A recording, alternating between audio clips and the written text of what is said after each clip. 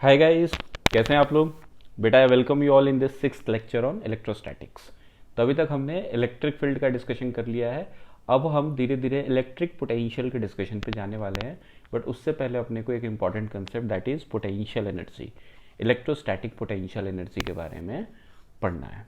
तो अभी तक देखो हमने कौन कौन सी पोटेंशियल एनर्जी पढ़ ली है। तो एक हमने स्प्रिंग पोटेंशियल एनर्जी पढ़ी थी, और उसके बाद आपने एक ग्रेविटेशनल पोटेंशियल एनर्जी पढ़ा हुआ है।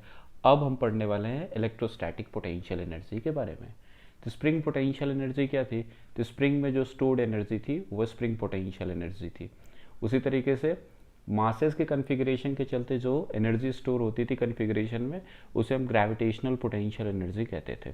और चार्ज के कन्फिग्रेशन के चलते जो सिस्टम में एनर्जी स्टोर होती है उसे हम इलेक्ट्रोस्टैटिक पोटेंशियल एनर्जी कहते हैं। तो चलो देखते हैं इसको कैसे डिफाइन करते हैं, कैसे इसकी वैल्यू को हम फाइंड आउट करते हैं। एक चीज़ आपको ध्यान ही है कि पोटेंशियल एनर्जी हरदम एक कंजर्वेटिव फोर्स के लिए हम निकालते हैं। तो अगर हम इलेक्ट्रोस्टैटिक पोटेंशियल एनर्जी निकाल रहे हैं, इसका मतलब इलेक्ट्रोस्टैटिक फोर्स एक कंजर्वेटिव फोर्स है।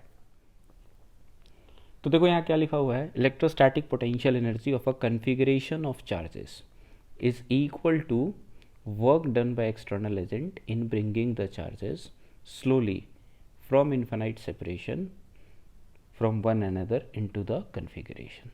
तो ये क्या कहना चाह रहा है? तो ये स्टेटमेंट कहना चाह रहा है कि कोई भी कन्फिग्रेशन ऑफ चार्जेस है, जैसे कि मान लो दो चार्ज है, तो इनकी जो पोटेंशियल एनर्जी होगी वो कितने के बराबर होगी? तो हम कहेंगे कि ये चार्जेस को एक दूसरे से, जब ये इन्फिनाइट सेपरेशन पे थे, Q2 मान लो इन्फिनिटी पे था, यहाँ से इसको पकड़ के धीरे धीरे लाने में, यहाँ तक लाने में एक्सटर्नल एजेंट को जो भी वर्क करना पड़ेगा वही इस कन्फिग्रेशन के पोटेंशियल एनर्जी के बराबर होगा। तो पहले तो समझते हैं ऐसा क्यों होगा।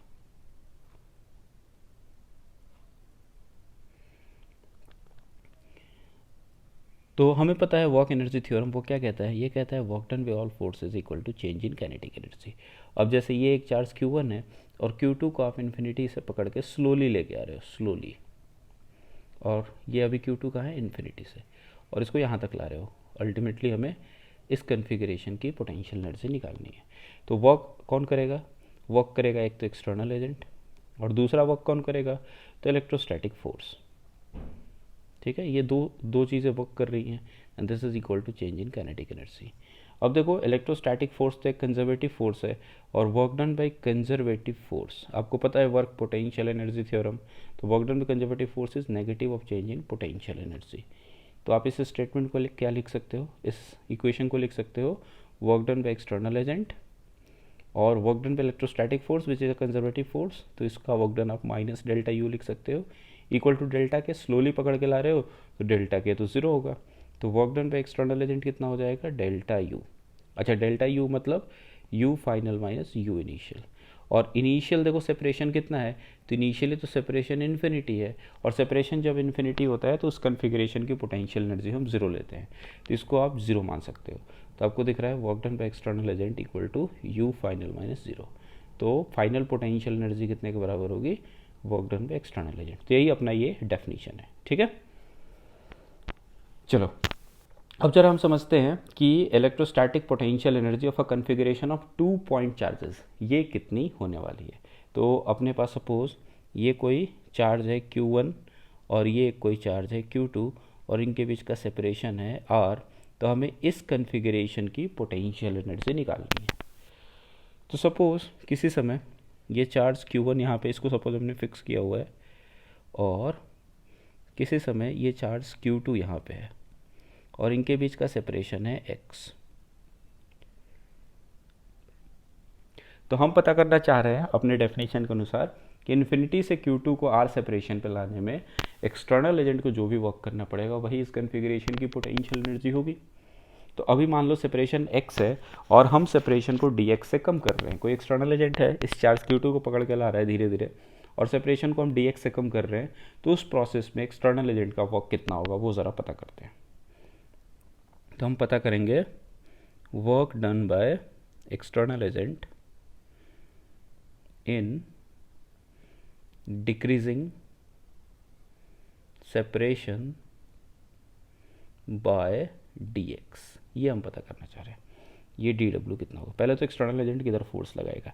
तो अभी मान लो for the sake of simplicity मान के चल रही है दोनों चार्जेस पॉजिटिव हैं, तो जो इलेक्ट्रोस्टैटिक फोर्स होगा वो इधर की तरफ होगा। अब देखो इस चार्ज को एक्सटर्नल एजेंट पकड़ के ला रहा है और धीरे धीरे ला रहा है, धीरे धीरे ला रहा है मतलब इसकी वेलोसिटी इंक्रीज नहीं हो रही है, और वेलोसिटी इंक्रीज नहीं हो रही है इसका मतलब इसका एक्सेलरेशन जीरो है, और इसका एक्सेलरेशन जीरो है इसका मतलब इस पर नेट फोर्स जीरो है। तो धीरे धीरे लाने के लिए एक्सटर्नल एजेंट को फोर्स इस डायरेक्शन में लगाना पड़ेगा, और कितना फोर्स लगाना पड़ेगा, उतना ही फोर्स लगाना पड़ेगा जितना कि इलेक्ट्रोस्टैटिक फोर्स होगा। तो ये वर्क डन कितना हो जाएगा, F external into displacement D x किधर है, तो आप सेपरेशन कम कर रहे हो तो डी एक्स आपका इसी डायरेक्शन में होगा, तो इंटू डी एक्स। लेकिन देखो एक चीज़ गड़बड़ है, क्या गड़बड़ है कि डी एक्स जो होगा वो एक नेगेटिव क्वांटिटी होगा। क्यों नेगेटिव क्वांटिटी होगा, पहले एक्स की जो इनिशियल वैल्यू है वो बड़ी है और एक्स की जो फाइनल वैल्यू है वो छोटी हो गई है। तो अब डी एक्स क्या होता है, डी एक्स का तो मतलब होता है final x minus initial x, तो ये आपकी एक नेगेटिव क्वांटिटी है। तो डी एक्स को पॉजिटिव बनाए रखने के लिए आपको माइनस डी एक्स लिखना पड़ेगा। अच्छा, फोर्स और डिस्प्लेसमेंट एक ही डायरेक्शन में, इनके बीच का एंगल जीरो है, तो वर्क निकालते वक्त एफ एस कॉस थीटा करते हैं तो ये हो जाएगा कॉस जीरो। तो ये डी डब्ल्यू एक्सटर्नल है, तो डी डब्ल्यू एक्सटर्नल कितना हो गया, माइनस एफ एक्सटर्नल की जगह कितना लिखोगे, इलेक्ट्रोस्टैटिक, और इलेक्ट्रोस्टैटिक फोर्स हम पढ़ चुके हैं कितना होता है, कूलम्स लॉ से बताते हैं के Q one Q two by X square into D X, और कॉस जीरो तो हो गया वन। तो total work done by external agent कितना होगा, तो इसको इंटीग्रेट करना पड़ेगा। तो total work done by external agent equal to integration of minus K Q one Q two by X square D X, यही होने वाला है, यही वाला टर्म हमने लिख दिया। और एक कहाँ से कहाँ तक, इन्फिनिटी से कहाँ तक, आर तक, तो ये इंटीग्रेट होगा इन्फिनिटी से आर। तो ये कितना हो जाएगा, तो minus K Q one Q to बाहर आ गए, ये बनेगा x power minus to D X, और इस पर लिमिट डालोगे इन्फिनिटी से आर, और ये इन्फिनिटी से आर लाने में जो एक work done by external agent है स्लोली लाने में वही बनेगा पोटेंशियल एनर्जी। तो ये हो जाएगा minus K Q one Q two और X to the power minus two plus one divided by minus two plus one, और लिमिट हो जाएगी इन्फिनिटी से आर। तो ये कितना हो गया, ये minus two plus one minus one होगा, बाहर निकाल लो, तो ये तो हो गया के क्यू वन क्यू टू, और ये बन जाएगा माइनस माइनस तो बाहर आ गया है, तो ये बनेगा वन बाय एक्स, और इस पर लिमिट पुट करोगे इन्फिनिटी से आर, तो हो जाएगा K Q one Q two one by R minus one by infinity, और वन बाय इन्फिनिटी तो ज़ीरो होता है। तो ये पोटेंशियल एनर्जी का फॉर्मूला आ गया दो पॉइंट चार्जेस का, कितना, K Q one Q two by R. Okay, और आपको Q one Q two sign के साथ पुट करना होगा, Q one and Q to with sign. और एनर्जी के केस में आपको पता है पॉजिटिव और नेगेटिव साइन मैग्नीट्यूड को बताते हैं, जीरो से ज़्यादा और जीरो से कम, वो डायरेक्शन को इंडिकेट नहीं करते हैं। अच्छा, याद करो जरा, ग्रेविटेशनल पोटेंशियल एनर्जी कितनी थी, ध्यान है आपको, ग्रेविटेशनल पोटेंशियल एनर्जी थी minus G M one M two by R, दो पॉइंट मासेस की ये ग्रेविटेशनल पोटेंशियल एनर्जी थी। अच्छा, मासेस के बीच का फोर्स कैसा था, ये अट्रैक्शन का फोर्स था। अच्छा, चार्जेस के बीच का फोर्स अट्रैक्टिव कब होगा, जब एक चार्ज पॉजिटिव होगा और एक चार्ज नेगेटिव होगा, और वैसे केस में आप देख सकते हो कि जो इलेक्ट्रोस्टैटिक पोटेंशियल एनर्जी है वो भी क्या हो जाएगी, नेगेटिव हो जाएगी। मास हरदम अट्रैक्ट करते थे तो ये पोटेंशियल एनर्जी हरदम नेगेटिव थी। चार्जेस कभी अट्रैक्ट भी करते हैं कभी रिपेल भी करते हैं, जब अट्रैक्ट कर रहे हैं तो आपको दिख रहा है यू नेगेटिव होगा, और जब वो रिपेल कर रहे हैं तो दिख रहा है यू पॉजिटिव होगा। चलो अब इस कंसेप्ट पे बेसिक क्वेश्चन करते हैं। ये क्वेश्चन क्या है, ये कह रहा है right potential energy of the configuration. तो अपने पास क्या कन्फिगरेशन है, तो अपने पास तीन चार्जेस दिए हुए हैं जो कि vertices of a equilateral triangle जिसका एज लेंथ ए है वहाँ पे रखे हुए हैं। तो इसकी आपको पोटेंशियल एनर्जी निकालनी है। तो अभी हमने दो पॉइंट चार्जेस की पोटेंशियल एनर्जी निकालनी सीखी। अब देखो कन्फिगरेशन, दो दो चार्जेस के कितने कन्फिगरेशन बनेंगे, एक तो ये वाला कन्फिगरेशन है तो इसकी एनर्जी लिखनी पड़ेगी, फिर एक आपको ये भी कन्फिगरेशन दिख रहा है तो इसकी भी एनर्जी लिखनी पड़ेगी, और एक आपको ये भी कन्फिगरेशन दिख रहा है तो इसकी भी एनर्जी लिखनी पड़ेगी। तीन कन्फिगरेशंस हैं यहाँ। आप नंबर ऑफ कन्फिगरेशंस मैथ्स में आपने परम्यूटेशन कॉम्बिनेशन में सीखा हुआ है कि नंबर ऑफ कन्फिगरेशंस कितने होंगे। तो किसी भी कन्फिगरेशन को बनाने के लिए आपको दो चार्जेस चाहिए, तो और चार्जेस आपके पास तीन हैं, तो कितने कन्फिगरेशंस बना पाओगे, 3C2। तो अगर n चार्जेस हैं तो कन्फिगरेशंस कितने होंगे, nC2। इसी को आप कितना लिखते हो, factorial n bye factorial n-2 into factorial 2, और इसी को जब सॉल्व करोगे तो ये n-1, ये factorial n-2 upon factorial n-2, और फैक्टोरियल 2 तो ट्रू ही होता है, ये कैंसिल हो जाएगा और ये होगा n इंटू n-1/2। तो आप इस फॉर्मूले को याद भी कर सकते हो कि अगर n चार्जेस दिए हुए हैं और आपको टोटल कन्फिग्रेशंस पता करने हैं तो n इंटू n-1/2 होंगे। तो यहाँ पे कितने कन्फिग्रेशंस हो जाएंगे, 3 इंटू 2/2, दैट इज़ 3 कन्फिग्रेशंस, वो हमने आइडेंटिफाई कर लिए हैं। अच्छा, हर कन्फिग्रेशन की एनर्जी कितनी होगी, तो चार्ज है Q और सेपरेशन है A, तीनों कन्फिग्रेशन में ऐसा ही है। तो एक कन्फिग्रेशन की जो एनर्जी हो जाएगी वो हो जाएगी KQ1 Q2/R, और ऐसे ऐसे 3 कन्फिग्रेशन है तो ये हो जाएगा 3 टाइम्स ऑफ KQ²/A। तो जो पोटेंशियल एनर्जी हमें दी हुई है स्टार्टिंग वाले कन्फिग्रेशन की, ये हो जाएगी 3KQ²/A। अब क्या कह रहा है क्वेश्चन, अब ये क्वेश्चन कह रहा है find work done by external agent in shifting the charges to vertices of an equilateral triangle of edge length 2a।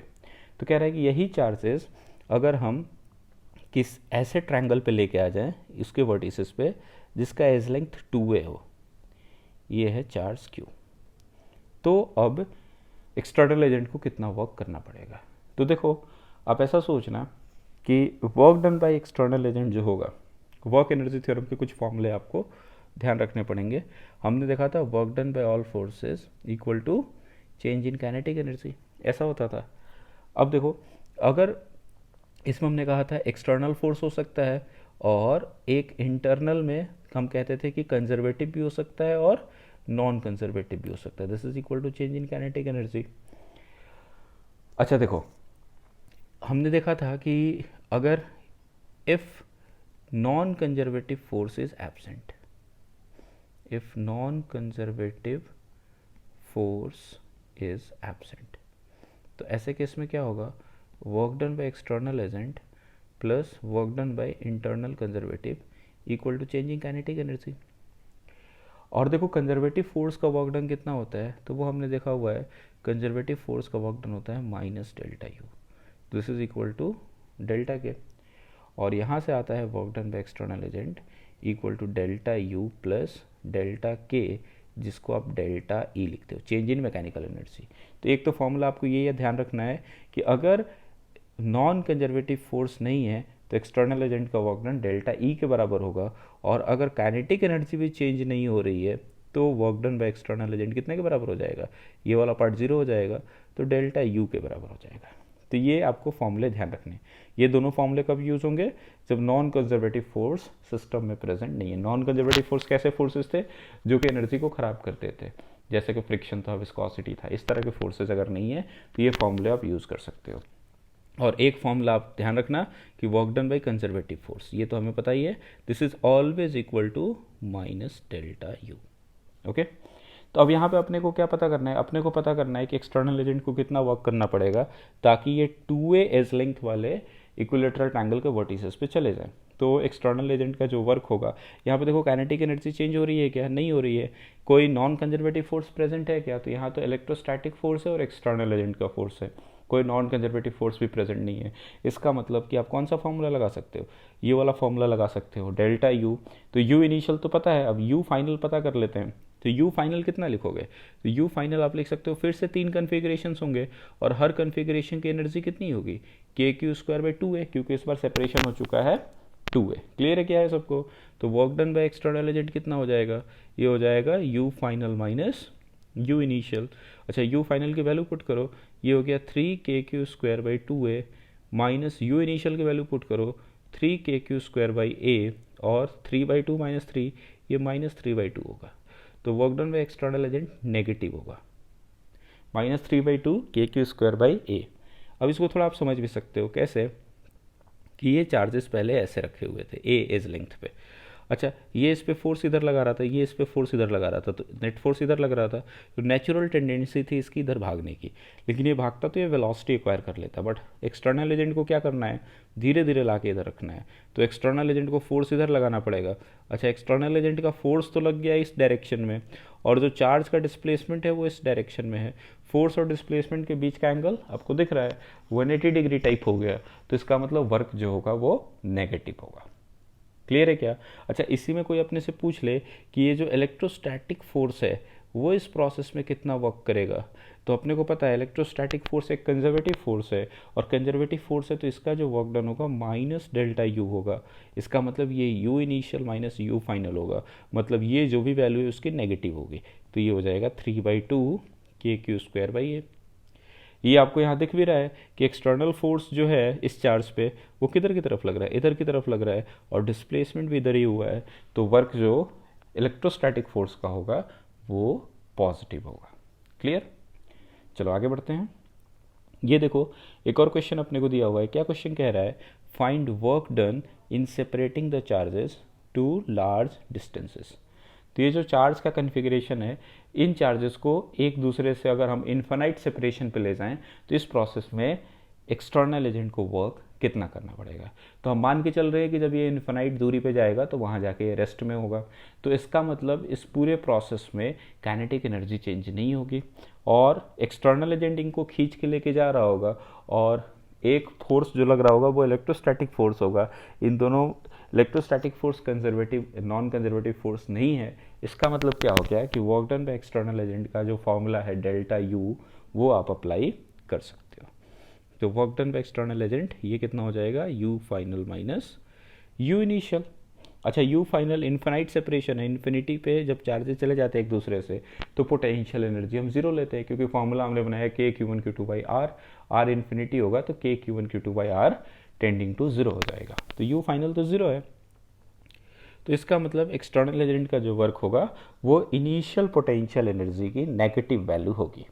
अब इनिशियल पोटेंशियल एनर्जी कैसे निकालें? तो पहले तो अपने को पता करना पड़ेगा कितने कन्फिग्रेशंस बनेंगे।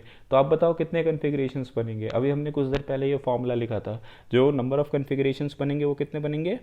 n into n minus 1/2। तो n यहाँ पे कितना है? वर्टिसेस पे चार्ज हैं तो 8 वर्टिस होते हैं, तो 8 इंटू 7/2, ये कितने हो गए? 28 कन्फिग्रेशंस, 56 का आधा। ठीक है, अब ये जो 28 कन्फिग्रेशंस हैं, इसमें अगर मैं आपसे पूछूं कि ये जो क्यूब है एज लेंथ ए का है, तो ए सेपरेशन वाले कितने कन्फिग्रेशंस हैं? तो आप कहोगे कि जो भी एज के अलोंग चार्जेस रखे हुए हैं, तो एज लेंथ ए है तो एज के अलोंग जो भी चार्जेस रखे हुए हैं उनके बीच का सेपरेशन है ए। तो अब मैं आपसे पूछूंगा कितने एज है बताओ, तो आपको पता है एज तो ये 4 ये एज हो गए, उसी तरह से टॉप में ये 4 एज आ जाएंगे, और 4 एज आ जाएंगे साइड वॉल्स में। तो एज कितने हो गए? 12 हो गए। तो ए डिस्टेंस वाले अपने पास 12 कन्फिग्रेशंस हैं। अच्छा, मैं आपसे फिर पूछूंगा कि ये बताओ कि रूट 2a डिस्टेंस वाले कितने कन्फिग्रेशन है? तो आप कहोगे रूट 2a डिस्टेंस कौन सा होगा? जो भी फेस का डायगोनल है, किसी भी फेस का जो डायगोनल है वो रूट 2a का होगा। तो एक फेस पे कितने डायगोनल बनेंगे? 2 डायगोनल बनेंगे। और क्यूब के कितने फेस होंगे? तो क्यूब के टॉप बॉटम और साइडवेज 4, तो ये कितने होंगे? 6 फेस होंगे। तो रूट 2a डिस्टेंस वाले जो कन्फिग्रेशन होंगे वो भी 12 हो जाएंगे। तो 28 में से हमने 24 खोज लिया। अब 4 कौन से होंगे? तो 4 आप देख सकते हो बॉडी डायगोनल, इस तरह के जो बॉडी डायगोनल्स हैं। तो जो बॉडी डायगोनल्स होंगे वो रूट 3a के होते हैं, और ये कितने हो जाएंगे? तो ये 4 हो जाएंगे। कैसे? तो जैसे इसको और इसको कनेक्ट करके एक बॉडी डायगोनल आया, उसी तरह से ये वाला चार्ज और ये वाला चार्ज, इसको कनेक्ट करके दूसरा आ जाएगा।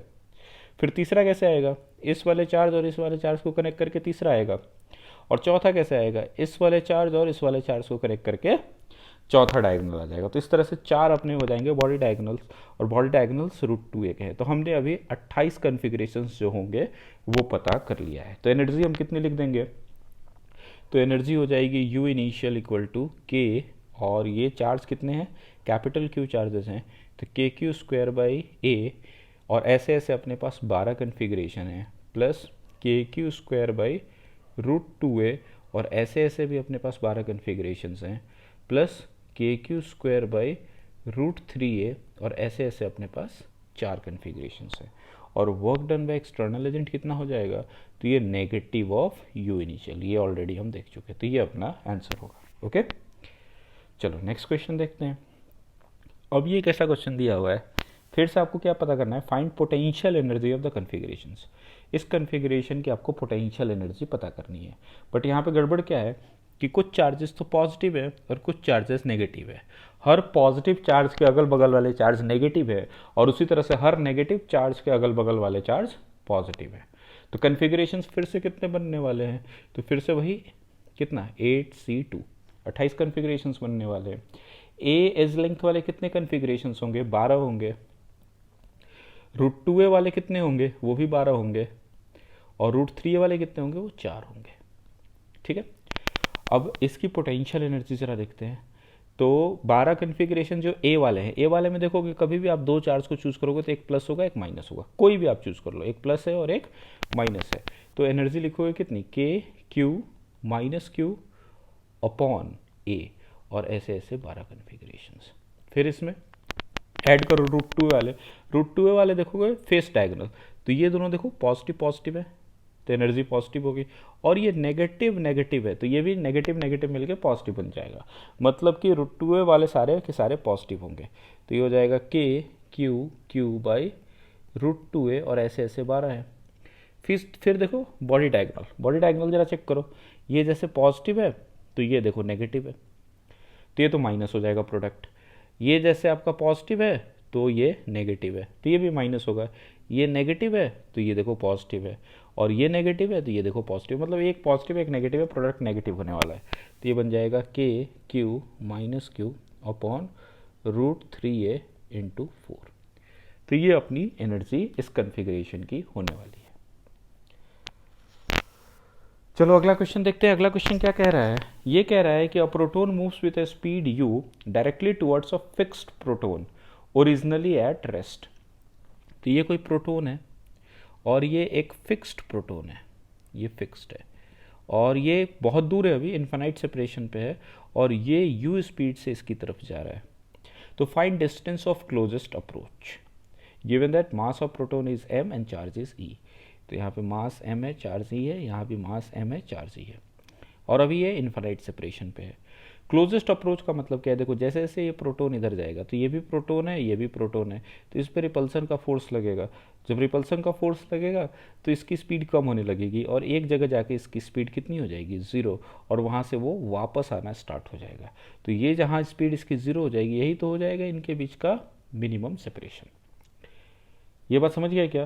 तो इनिशियल सिचुएशन क्या है कि ये u से इधर जा रहा है, ये फ्री है, this is free to move, और ये एक इधर रखा हुआ है और ये एक फिक्स है, दोनों प्रोटॉन्स हैं me।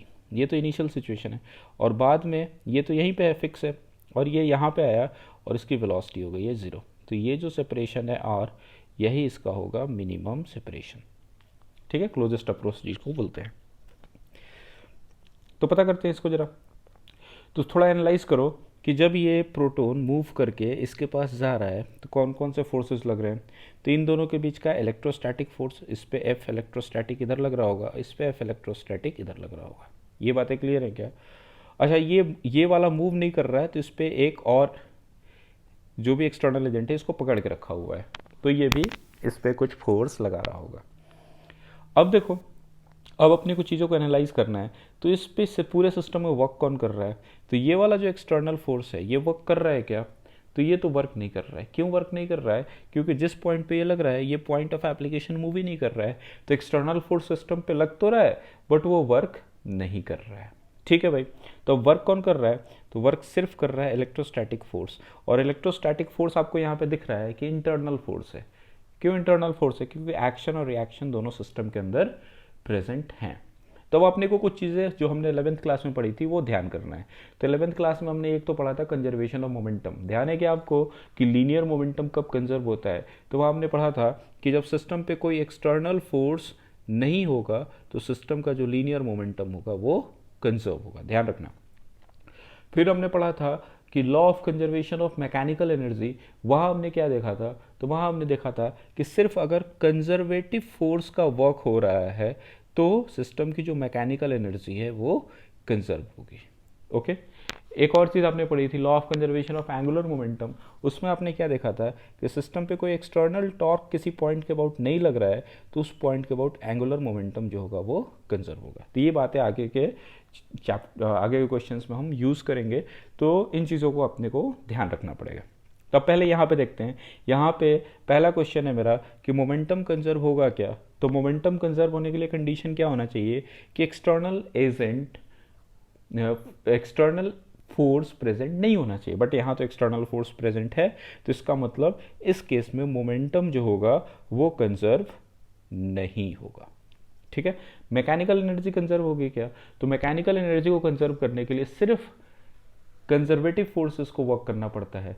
तो यहाँ पे देखो कंजर्वेटिव फोर्स, तो इलेक्ट्रोस्टैटिक फोर्स तो कंजर्वेटिव फोर्स है और ये वर्क कर रहा है, एक्सटर्नल एजेंट है बट ये कोई वर्क नहीं कर रहा है, तो सिर्फ कंजर्वेटिव फोर्स वर्क कर रहा है, इसका मतलब सिस्टम की मैकेनिकल एनर्जी आप कंजर्व कर सकते हो। तो चलो जरा हम सिस्टम की मैकेनिकल एनर्जी को कंजर्व करते हैं। तो अगर इनिशियल सिचुएशन देखोगे, ये इन्फिनिटी पे है, ये इस तरीके से, और इसको इधर फेंक दिया हमने कितनी स्पीड से, u स्पीड से फेंक दिया, और ये जो है दूसरा प्रोटॉन ये यहाँ पे फिक्स्ड है। अच्छा, बाद में क्या हुआ, ये पास में आ गया है और इसकी वेलोसिटी हो गई है 0 और ये तो यही फिक्स है। तो ये अपना इनिशियल कंडीशन हो गया और ये अपना फाइनल कंडीशन हो गया, और हम कह रहे हैं मैकेनिकल एनर्जी कंजर्व होगी, तो E initial equal to E final. E initial को आप लिखोगे U initial plus K initial, U final plus K final. U initial कितना है, तो आप देख रहे हो सेपरेशन इन्फिनाइट है, सेपरेशन इन्फिनाइट है तो K Q1 Q2 by infinity, ये तो 0 हो जाएगा। K इनिशियल, एक प्रोटॉन के पास काइनेटिक एनर्जी है हाफ m(u²). U फाइनल कितना होगा, K Q1 Q2 by R minimum, minimum separation हो गया, और काइनेटिक एनर्जी कितनी हो जाएगी, तो बाद की काइनेटिक एनर्जी हो गई है 0। तो यहाँ से आप देख सकते हो R मिनिमम आप कितना लिखोगे, ये लिख सकते हो 2K E² अपॉन m(u²). तो यहाँ से R मिनिमम आ गया, and this R minimum is under root of 2K E² upon m(u²). चलो अगले क्वेश्चन पे चलते हैं।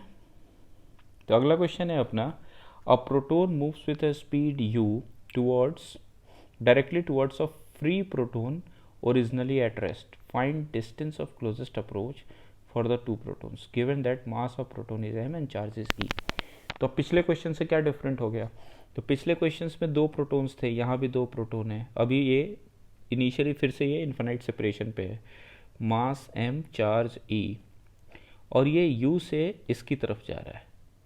लेकिन ये वाला जो प्रोटोन है ये अभी फिक्स नहीं है, फ्री है, ये तो फ्री था ही, ये भी फ्री है। अब यहाँ पे क्या होगा, इनके बीच पास जाएगा तो रिपल्सन का फोर्स लगेगा, तो इस पर फोर्स इधर लगेगा और इस पर फोर्स इधर लगेगा, ये बात क्लियर है। तो इस वाले प्रोटोन की जो वेलोसिटी है वो इंक्रीज होनी स्टार्ट हो जाएगी, और इस वाले प्रोटोन की जो वेलोसिटी है वो डिक्रीज होनी स्टार्ट हो जाएगी। जैसे स्टार्टिंग में मान लो इसकी वेलोसिटी 10 है और इसकी वेलोसिटी 0 है, तो कुछ देर बाद इसकी वेलोसिटी 8 हो जाएगी, इसकी कुछ 3 हो जाएगी।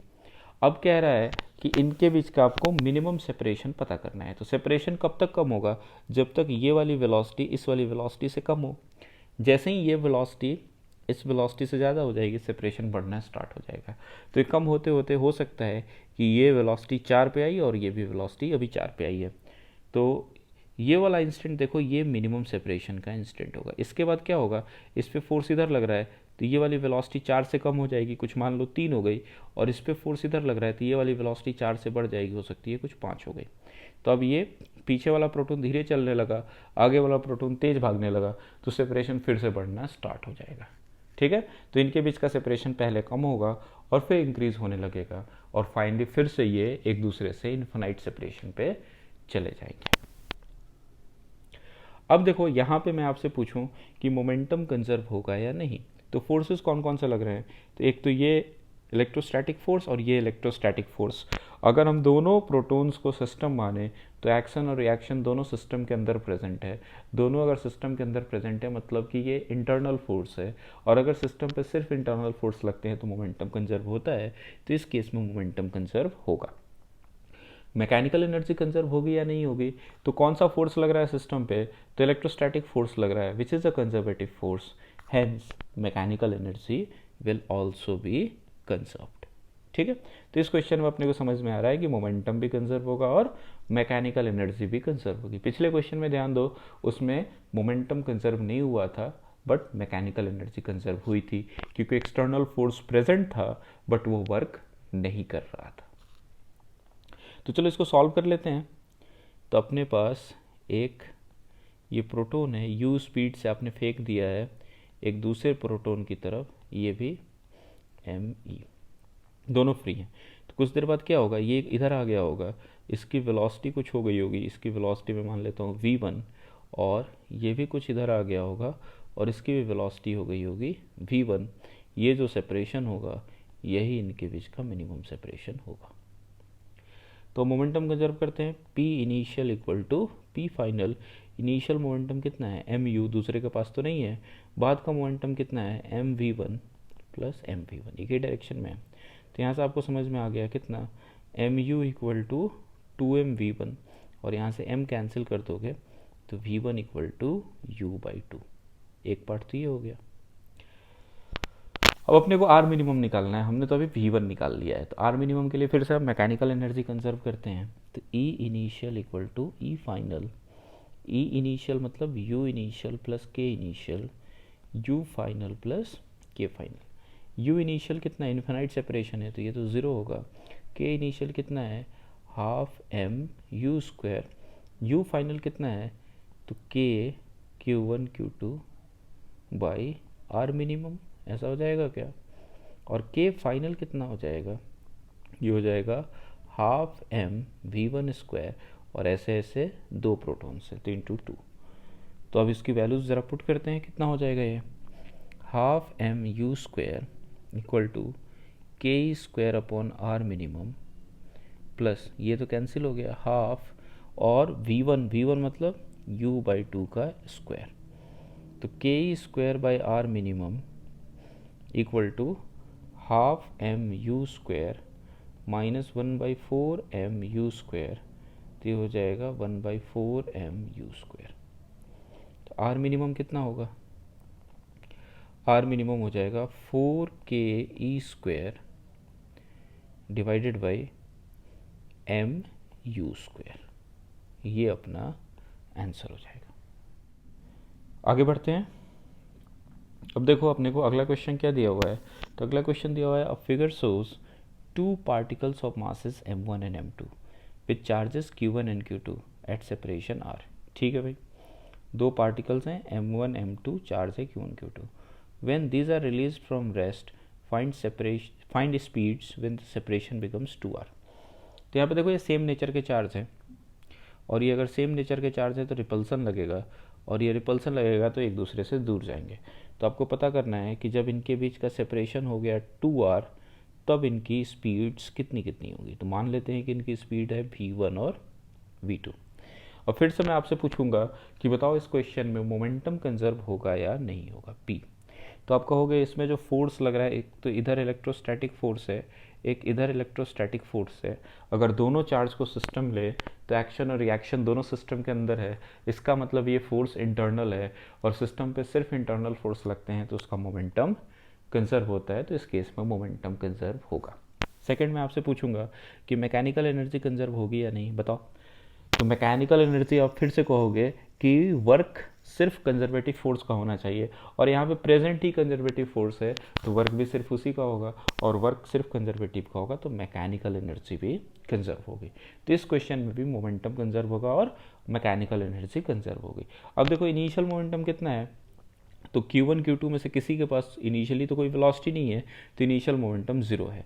और बाद का मोमेंटम कितना है, तो एक के पास वेलोसिटी v1 है और एक के पास वेलोसिटी v2 है। आप डायरेक्शन पे ध्यान दो, एक नेगेटिव एक्सिस में और एक पॉजिटिव में है, तो एक के पास नेगेटिव मोमेंटम है और एक के पास पॉजिटिव मोमेंटम है, और इसका मतलब नेट मोमेंटम इनका भी ज़ीरो हो सकता है। तो पहले लिखते हैं इसको, p initial equal to p final, तो p initial zero, p final कितना, तो m1 u1 से नेगेटिव एक्सिस में जा रहा है, m1 v1 बोल देते हैं इसको, माइनस m1 v1, और m2 v2 से पॉजिटिव एक्सिस में जा रहा है तो प्लस m2 v2। तो यहाँ से आ गया m1 v1 equal to m2 v2, ये तो अपना एक इक्वेशन हो गया।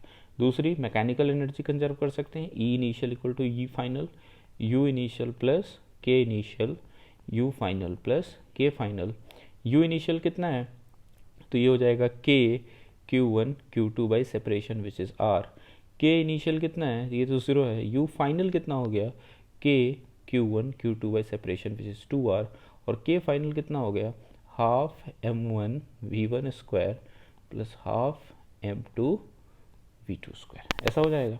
अब अपने पास v1 v2 में दो रिलेशन है, तो इनकी स्पीड्स हम निकाल सकते हैं।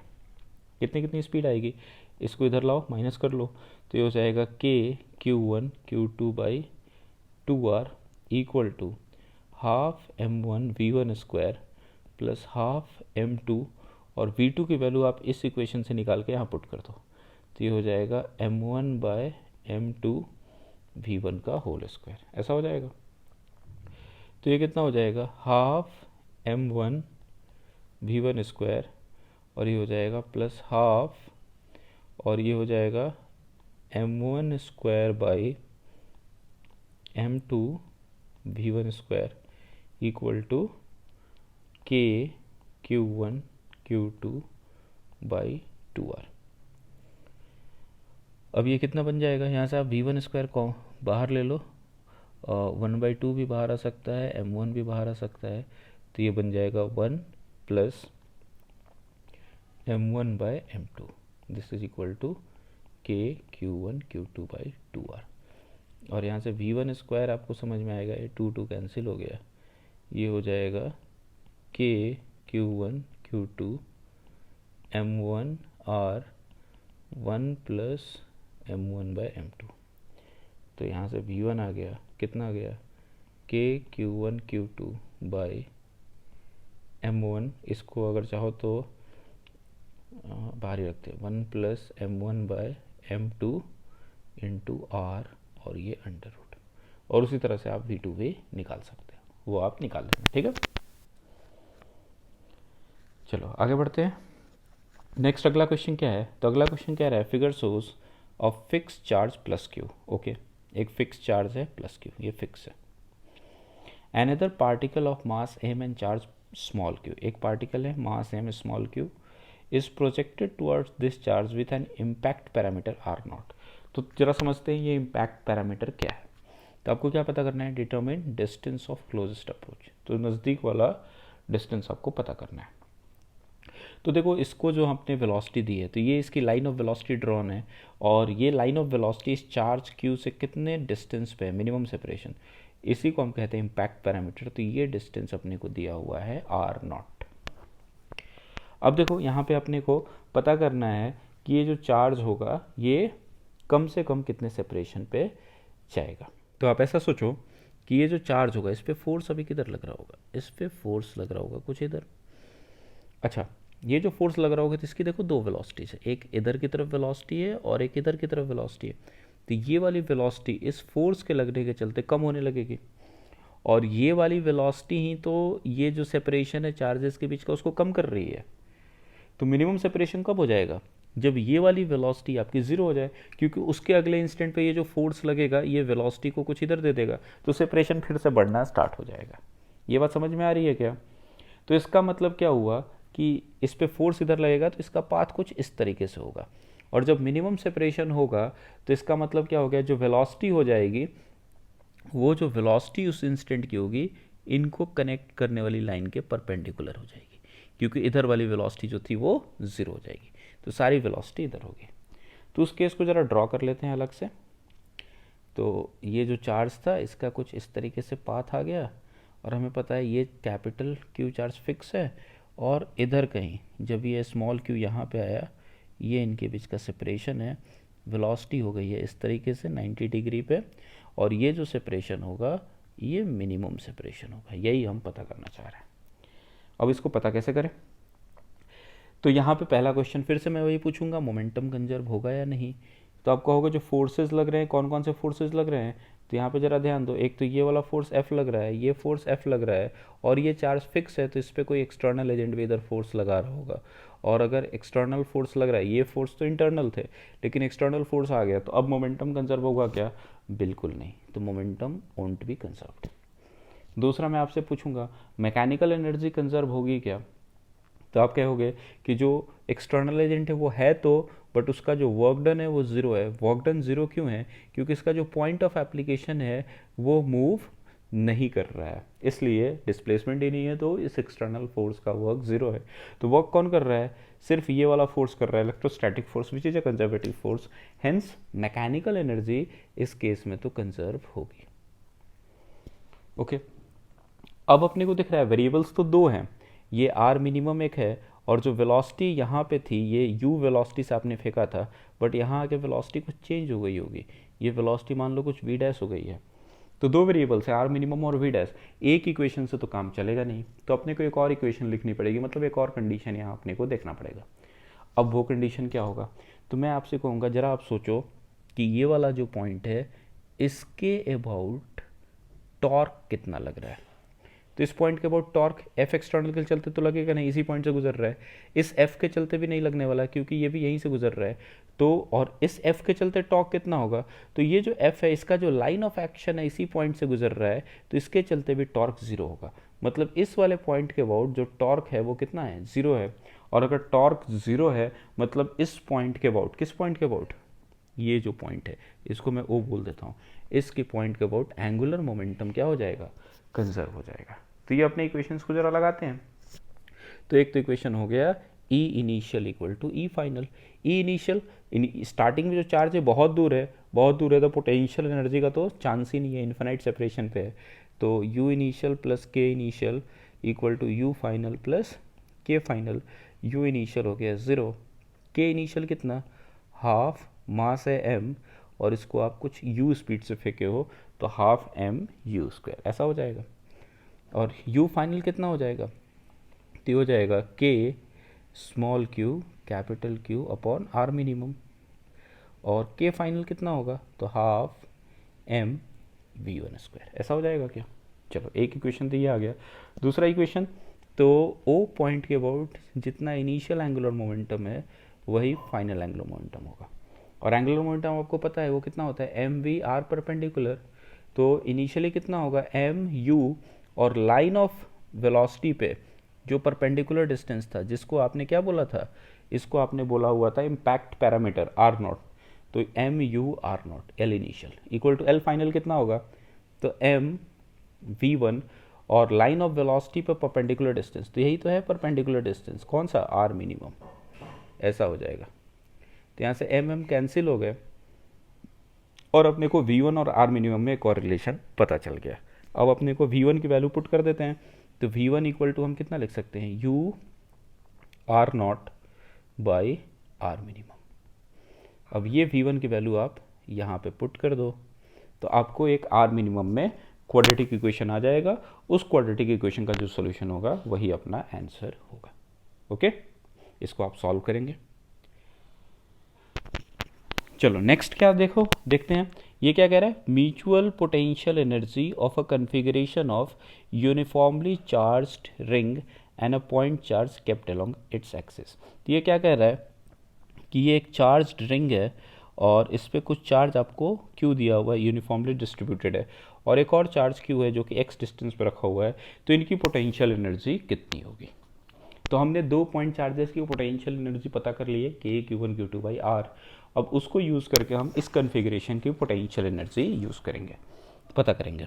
तो मान लो मैं यहाँ पे एक छोटा सा कोई चार्ज मान लेता हूँ डी क्यू, तो ये पॉइंट चार्ज है मेरे लिए। इसके और इस क्यू के चलते जो पोटेंशियल एनर्जी है, उस पोटेंशियल एनर्जी को मैं डी यू बोल देता हूँ, तो उसकी वैल्यू कितनी आ जाएगी, के क्यू वन की जगह हो गया डी क्यू, क्यू टू की जगह हो गया स्मॉल क्यू अपॉन सेपरेशन, ये वाला डिस्टेंस कितना हो जाएगा, R square plus X square under root, तो ऐसा हो जाएगा।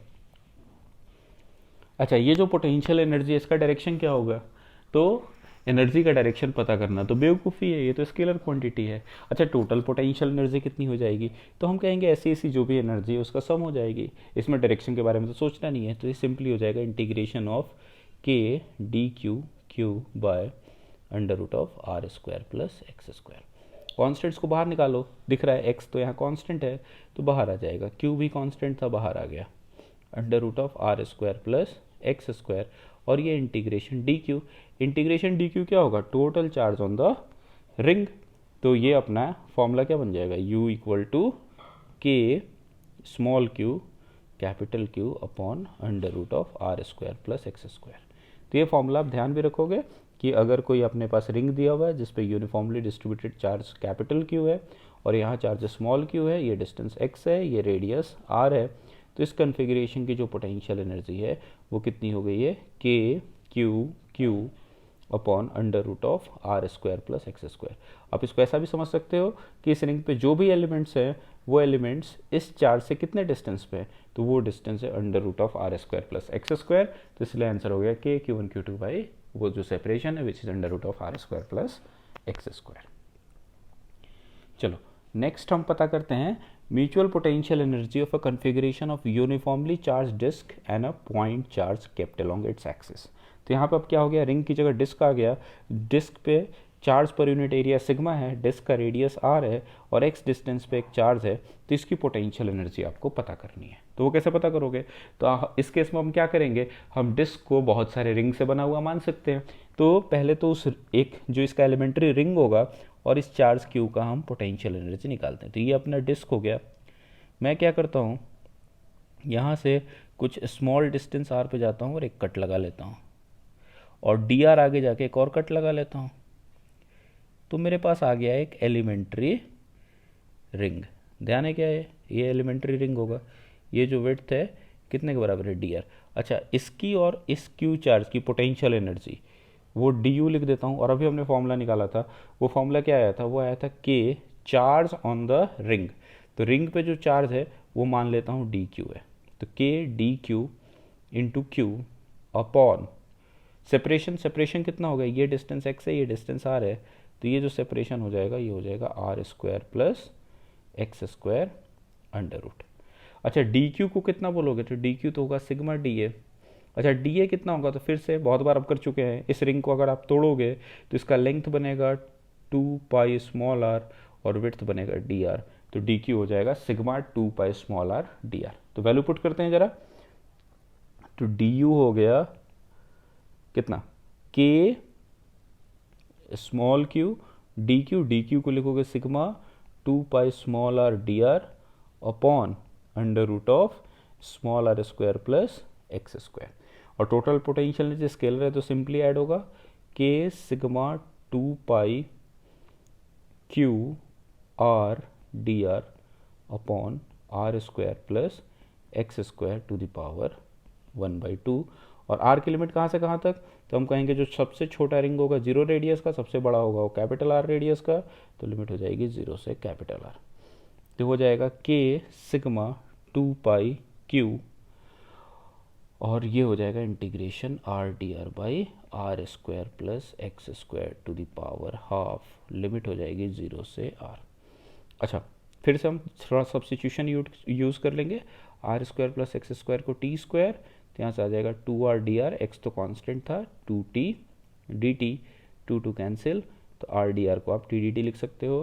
तो ये जो इंटीग्रेशन ये हो जाएगा K sigma 2 pi Q integration r dr की जगह t dt और R square plus X square की जगह आप पुट करोगे T square to the power half बन जाएगा t, और ये इंटीग्रेशन बन जाएगा K sigma 2 pi Q dt का इंटीग्रेशन होगा t, इस पर लिमिट डालेंगे, टी को चेंज कर लो, के सिग्मा 2 पाई क्यू, टी को लिख लो under root of R square plus X square, और इस पर आप अपनी लिमिट डाल दो, किसकी, आर की, तो ये 0 से कैपिटल आर, तो ये हो जाएगा के सिग्मा 2 पाई क्यू और ये हो जाएगा under root of R square plus X square, और स्मॉल आर की जगह 0 पुट करोगे तो माइनस एक्स हो जाएगा। के की वैल्यू चाहो तो पुट कर सकते हो 1/4 पाई एप्सिलॉन नॉट, तो ये हो जाएगा के 2 pi Q 4 pi epsilon not under root of R square plus X square minus X, तो ये हो जाएगा sigma by 2 epsilon not Q और ये होगा under root of R square plus X square minus X. तो ये भी आप पोटेंशियल एनर्जी ध्यान रखना, ठीक है। पॉइंट चार्ज और एक रिंग की कॉन्फ़िगरेशन की और पॉइंट चार्ज और एक डिस्क की कॉन्फ़िगरेशन की। तो आज के वीडियो को हम यहीं कंप्लीट करते हैं। आज हमने पोटेंशियल एनर्जी के एक इम्पॉर्टेंट कंसेप्ट को सीखा है और नेक्स्ट लेक्चर से हम लोग इलेक्ट्रिक पोटेंशियल का डिस्कशन स्टार्ट करेंगे। Till then bye bye, take care, be happy and be safe. Thank you.